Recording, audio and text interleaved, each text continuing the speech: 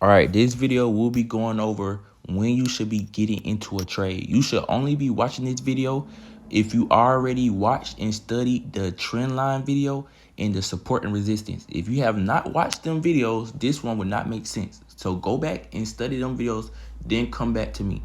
Now, with that being said, when you should get in for a trade, right? So if you understand the trend line, as y'all see, it's a trend line going on.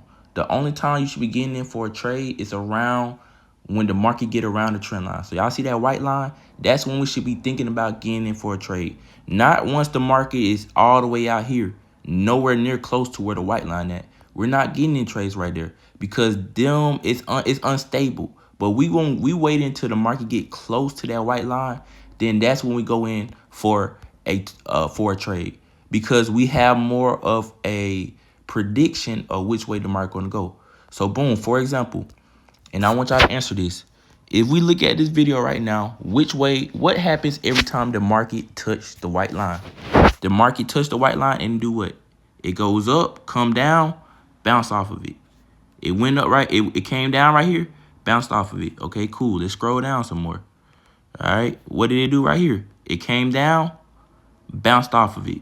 Y'all see the pattern? So if you don't understand that pattern, we wait until the market gets to that white line, or AKA your trend line, and then that's when we go in and decide, should we go in for a buy or a sell?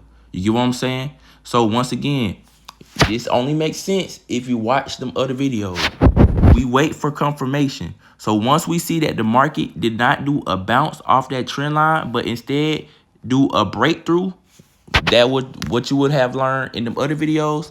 Guess what? Once it broke through, we're going in for a sale because we want to get in before the chaos. Before the market starts to make its move, we want to go ahead and be in the move. You never want to be late into a trade. You want to go ahead and be in the trade so you don't have to worry about pullbacks and things of that nature. So once the market come down and we see that it's not getting back above that trend line, or AKA that white line, we going in for a sale on the way down.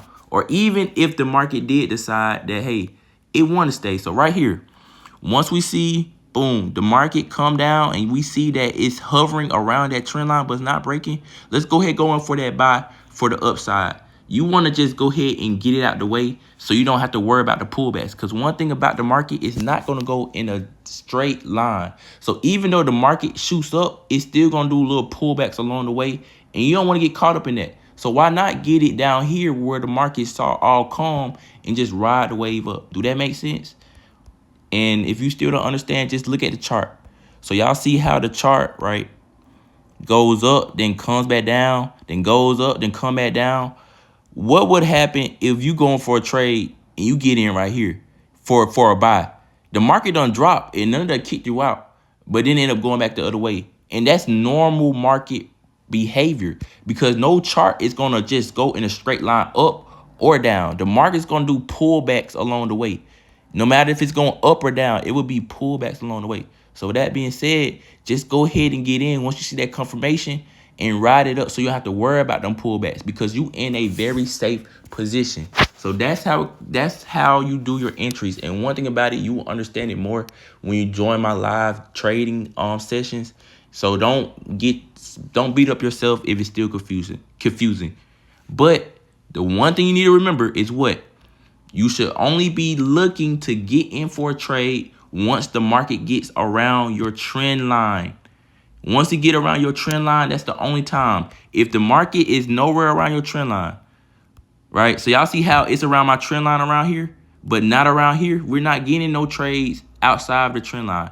The market got to be touching where your trend line at for you to even think about getting for a trade.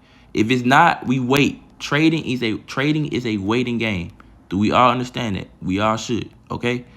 So that's how you do your entries. Now, for your stop loss, how to put a stop loss, right? So it's not just you put a stop loss at a certain point so it can match your risk management rule. No. When you do your stop loss, you want to make sure you have it where it's not going to, where you see where the market's not going to land at. Do that make sense? So I'm going to do another video on how to put your stop loss.